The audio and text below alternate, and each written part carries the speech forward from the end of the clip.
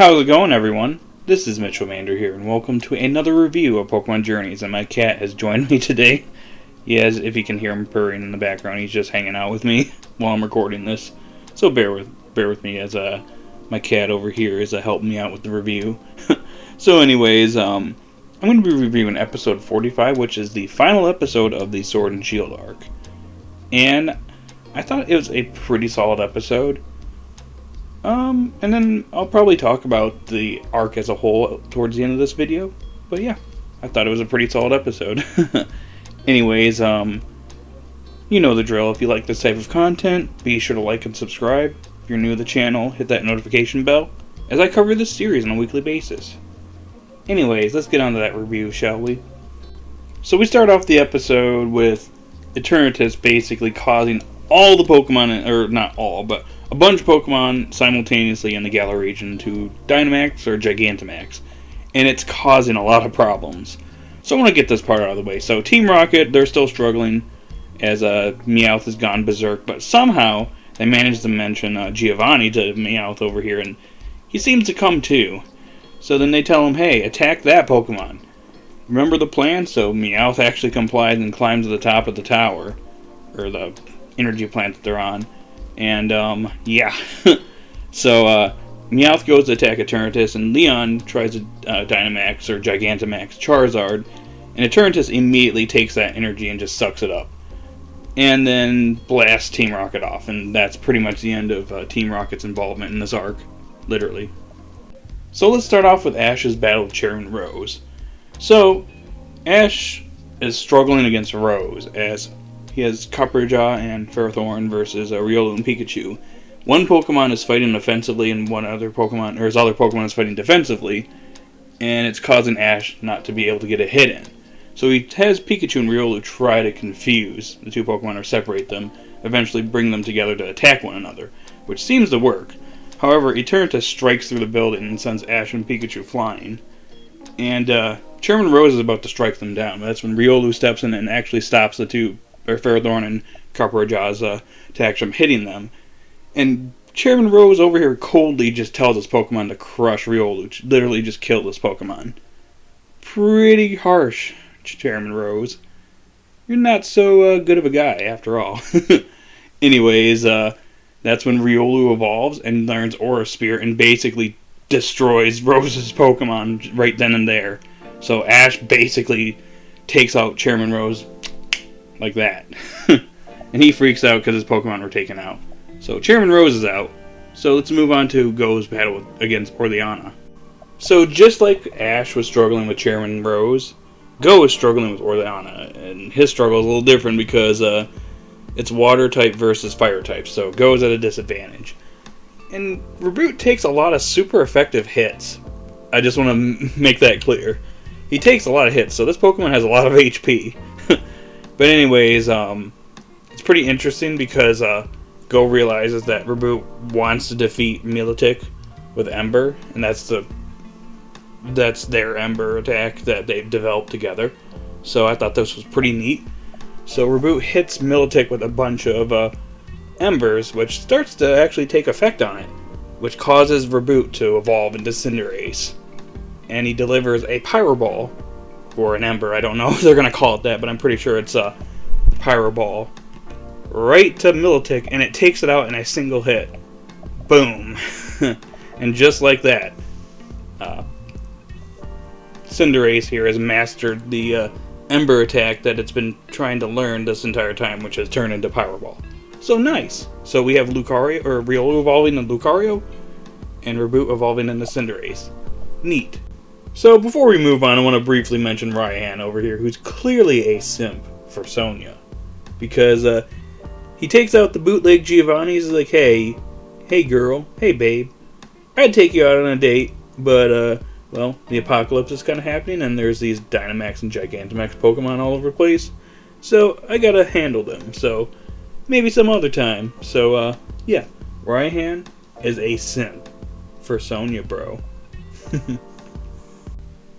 Another thing I want to mention before we get to the final act of the episode, or the climax of the episode, I should say, is that Ash reunites with Go, and it's a pretty nice scene as Ash meets Cinderace for the first time, and he's gushing over Reboot's evolution. And Go does the same thing with Lucario, which was a pretty nice scene, I must say.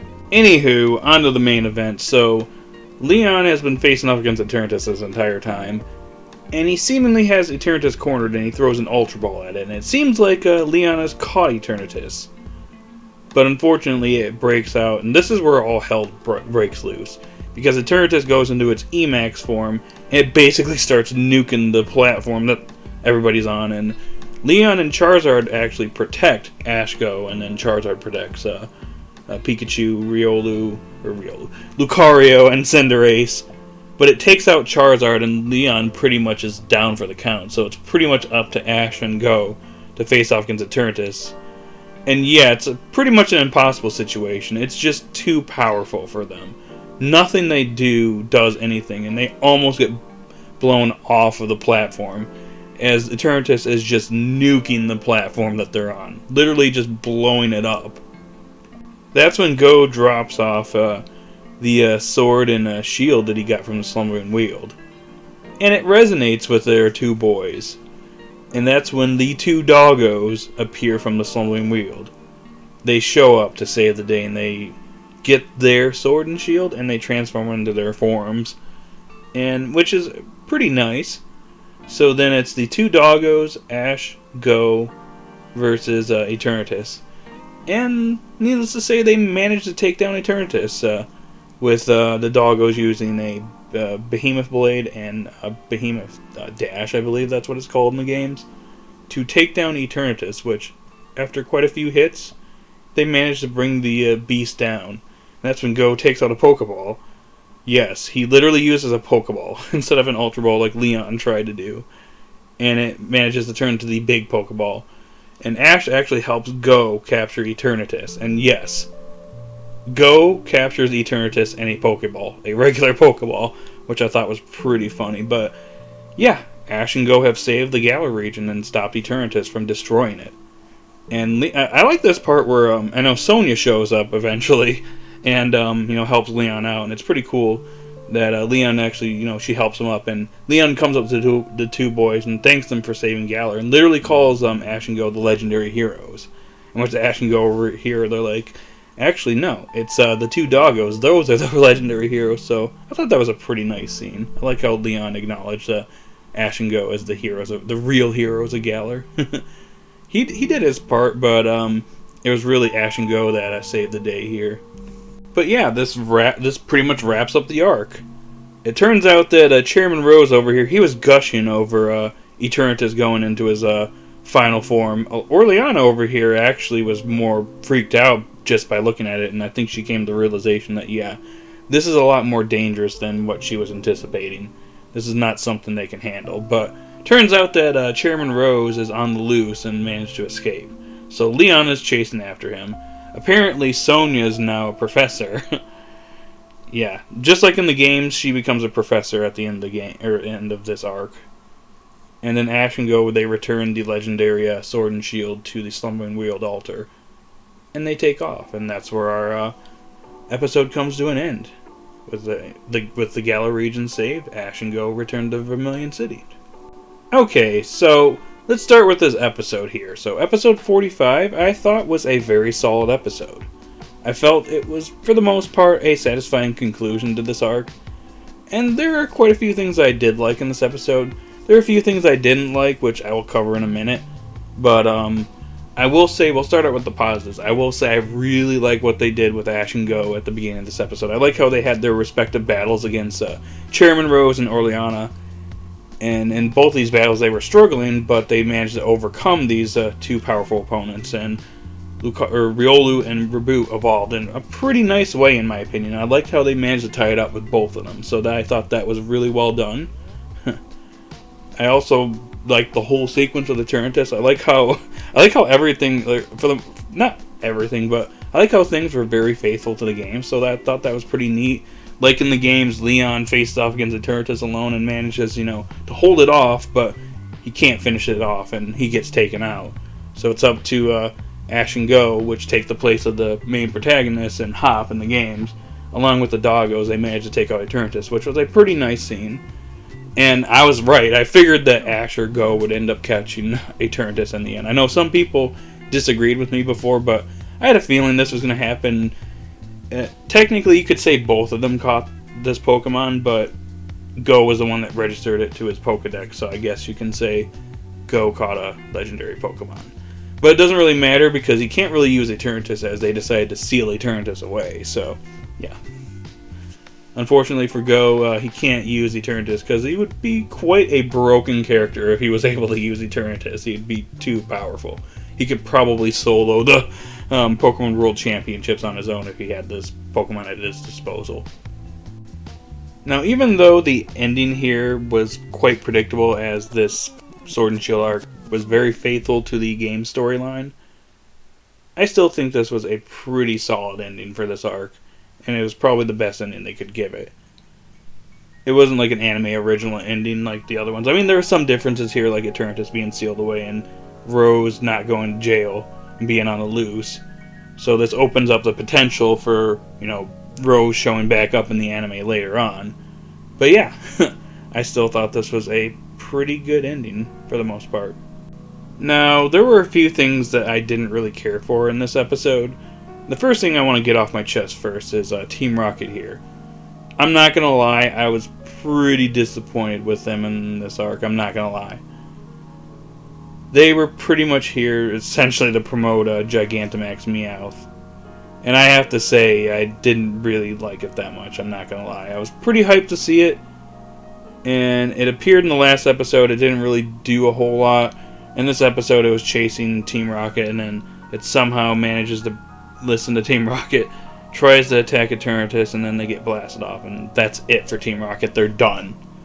So that was mildly disappointing in my opinion. I almost feel like either they shouldn't have been in this arc in the first place, or they should have done a little bit more with them. So I was a little let down there. Another issue I did have in this episode is Raihan himself. Now I get it, the dude's a simp for Sonya, but that doesn't excuse the fact that his screen time in this arc and in this episode was kind of a bit disappointing, because the guy kind of showed up, pretty much took out the bootleg Giovanni's off screen, then left, faced off against a bunch of Dynamax Pokemon, Gigantamax Pokemon off screen, and that's his involvement in this arc. Not gonna lie, I was hoping he would do a little bit more and maybe meet Ash and Go at some point, but yeah, we didn't get that, unfortunately. So that I was a little disappointed with as well. But despite some minor problems I did have with this episode, I still feel like it was still a solid episode overall. So I'm giving the episode a solid 8 out of 10. So it gets a great rating. So yeah, the episode was pretty good and a good way to end off this arc. So before I end off this video, I just want to talk about really quickly what I feel about this arc overall. What I felt were the pros in this arc, the cons in this arc, and an overall rating, and then we'll end off the video there. So when it comes to the pros, my first obvious pro is I like the fact that there were two different stories going on here. They split up Ash and Go's story within this arc. So Ash went off with Leon to face off against a Dynamax Pokemon. He eventually met Chairman Rose, and they had their conflict.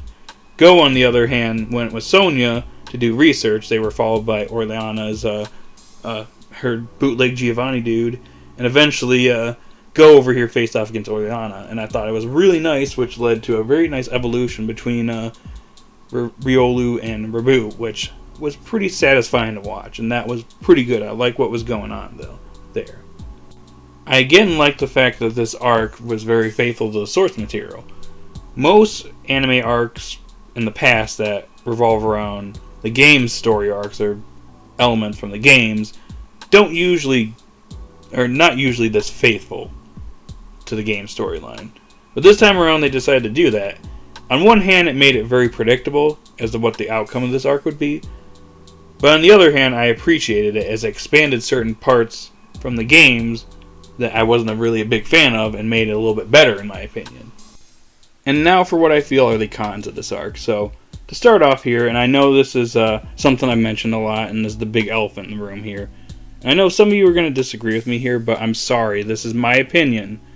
There just simply wasn't enough build-up for this arc. It just feels like there should have been a lot more build-up going into here. And what do I mean by this? First off here, before this arc happened, way back in episode 12, Eternatus was roaming the skies of Galar. And unfortunately, it never got an explanation as to how Rose captured this Pokemon after this episode. It got brought up by Go, but it never got fully explained, so I wasn't a big fan of that. And then we have Chairman Rose, which definitely should have gotten more build-up before his big arc and his reveal as a villain here. Because it was alright. I mean, they did what they could in this arc with him. But he appeared for a very brief scene in episode 27. And then we get his whole arc here, which, they kind of just scrunched everything in. And it feels like there's a lot to be desired here. Like, I feel like there's more they could have done with him to build him up to the way he is here, instead of just introducing everything all here. And maybe there's a chance that he gets more, development and more screen time later, since he escaped at the end of this arc instead of going to prison like he did in the games. So there's some hope there. But within this arc, I mean, it's alright. I mean, if we compared him to, like, Lysander, who had proper build-up as a villain, and when he finally, when the reveal happened, when, oh yeah, I'm actually a bad guy, yeah, that was actually pretty satisfying. Not so much here. And lastly, I will say that I do feel like there were some things that definitely felt rushed towards the end of this arc, especially in the third episode, or episode 44. And it begs the question, should this arc have been 5 episodes long instead of 4? Because I feel like there's more that could have been done here. Get rid of episode 41, get rid of that crappy episode, and give us another episode for this arc. Because this arc would have been even more solid, in my opinion, if we got a 5th episode. Like, expand it a little bit more. Give us more backstory on Leon and Rose's relationship. Have the other gym leaders in Galar participate and stop the Dynamax Pokemon. Maybe have B show up and maybe Ash sees B again and they fight together. That would have actually been pretty cool to see. Like, do a little bit more, flesh things out a little bit more. And I feel like this arc could have been even better, in my opinion. Or explain things that, weren't built up properly. It would have actually salvaged things a little bit more for this arc, in my opinion. Now, despite all of that, I will say that overall I felt that this was a pretty solid arc. Overall, I'd say it's like a 7.5 or an 8 out of 10, so I'd say the pros outweigh the cons here. But is it my favorite arc in Pokemon, or at least story-focused arc? I'd say no. I enjoyed the Alola League and the Team Flare arc personally more than this arc. This arc's a lot shorter than those arcs too, at least especially the Alola League, but Team Flare was 5 episodes, and I think that was the right length for that arc, as everything just worked out pretty well in that arc. I mean, there's no denying that the Team Flare arc was really good, and it's going to be hard to top that arc. But this arc was pretty solid overall, so guys out there in the comment section down below, what did you think of this episode? What did you think of this arc as a whole? Did you love this arc? Did you hate this part? What did you like in this arc? And what didn't you like in this arc? That's what I'd like to know. Post your thoughts in the comment section down below. If you're new to the channel, subscribe, hit that notification bell, like the video, all that good stuff. I'll talk to you guys later. You all stay safe out there and have a good day or night wherever you're at. Peace.